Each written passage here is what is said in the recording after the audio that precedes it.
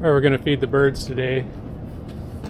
First nice day for a little over a week of below zero, so feels pretty good in the sun today. Don't really even need gloves, but show you what I got going here for a bear-proof bird feeder. So we'll start at the bottom. Got a 12-inch concrete footing, 3/4-inch metal plate, 4 holes drilled in it, just like a standard light pole. I got a 3x3 1/4-inch thick square tube that's 15 feet high,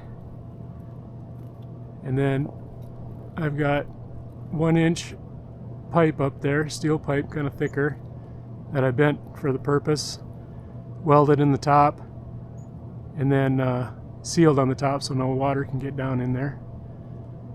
And then I have each bird feeder is on its own cable, and they go up and go down, and then they're attached to swivels, and then they're attached to a single cable that comes down into a small boat winch here. So we built this because we were having trouble with the bears and bird feeders and all that. The people that we bought the place from, they were feeding the bears a lot, and they were coming to the house all the time, and you couldn't have anything out, and everything had to be covered. So we were able to scare off most of them. Had to shoot one of them. He just kept coming multiple times every day for a couple weeks straight. So, but I've got pictures of that guy too. If you don't think it gets the adrenaline pumping when your wife is screaming and running, yeah, you're mistaken. There's some other stuff right on his back here, and he's got some nasty, he's got a couple of really nasty wounds here right beside each other, going crossways of his body, that are, I can't get a focus, filled with pus. He's been in pain for a while. They're right down to the meat. There's 2 of them right beside each other. And then there's a 3rd one right here that's really good. When I was pulling that guy out of the trees, I dog wolfed, and I turned around, and here's a big boy. I guess he'd be well over 500 pounds. So he was the one I figure was fighting with the other one, and that's probably where he got those wounds on his back. So once we got rid of the one that I had to shoot, then we never saw this big one again. But we did start getting a couple of little ones running around, and I'll show you those. So anyway, the way this works is I'll trip the trigger, and I'll step back.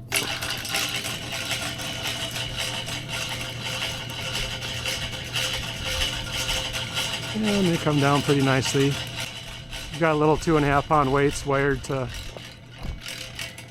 these to aid it in coming down a little bit.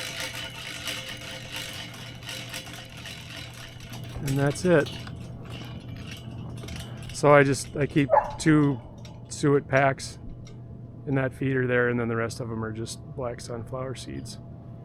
So we'll get these filled up, and then I'll crank it back up with a cordless drill. Makes it a lot easier. One time when my brother and my nephew were visiting, we were out walking around and happened to stumble into these 3 bears that have been hanging around. It's a sow and 2 cubs. And here's a little closer picture of the bears up in the tree. But, you know, the 2 hung around for a while, and like teenagers do, they just get into stuff. They didn't tear up anything too bad. The one liked to lay up in the yard, and he wouldn't even be bothered by us too much unless we started approaching him, the dogs or me or whatever. And they did tear down a couple of apple trees up there. They were just small apple trees, and they climbed up in them and broke them off, and I wasn't able to save them. But they didn't really cause too much trouble, and then after a couple of years, they just moved on. It works pretty good. I've got some game camera footage for a couple of days after I put it up, and there's a couple of bears out here poking around. So I haven't put a safety pin on the handle yet, but so far none of the bears have been able to accidentally trip that trigger. So I don't think they come around much anymore. We stopped feeding about April 15th.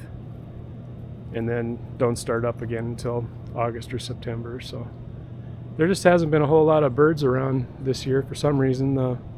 Even blue jays, there isn't one or two here or there. Only seen a couple of pileated, and other than that, it's, you know, nuthatches and little chickadees and some finches and a few various small woodpeckers.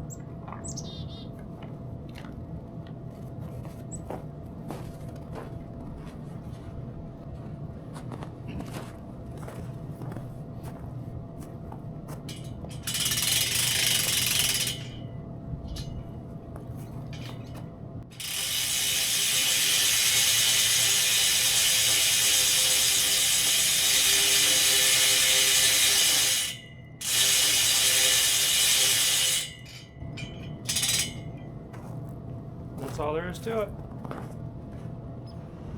On a normal year, we go through 2 of these a week. It's just to keep the raccoons and the squirrels out, and then we bring them everything inside in the summertime. So, had a 100-pound bag of chicken feed sitting out one time a few years ago, and I had it in the shed, and thought it'd be more convenient to be out underneath the lean-to where the chicken roost was, and it lasted about 2 days, and got a 100-pound of like chicken feed, fortified or whatever, and then 100 pounds of cracked corn, and the bear pushed the cracked corn out of the way. There's a big dent in the bag where he set his foot, and then he grabbed the other bag of chicken feed, and then he hauled that off about 150 yards back in the woods, and it was almost full. It only had a couple of scoopfuls out of it, and he ate everything except for maybe 3 or 4 pounds of it. So you can't really leave anything out, or they're going to keep coming around.